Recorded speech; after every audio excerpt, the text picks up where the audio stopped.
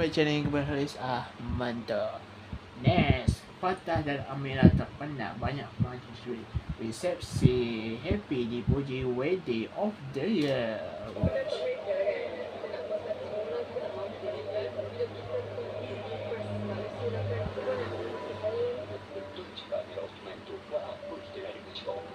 Lebih baik utamakan diri sendiri. Biasalah lepas selebriti ni mesti ada yang suka dan juga sebaliknya. Tapi sebelum pasangan ini ulas mengenai komen jahat netizen tu, ramai yang puji Fatah dan Amira nampak sangat cantik dan menawan semasa majlis resepsi ketiga mereka yang berlangsung di Melawati Convention Centre Kuala Lumpur pada Ahad. Ada juga yang tanya tak penat ke buat majlis banyak-banyak tu. Alhamdulillah semuanya berjalan lancar dimudahkan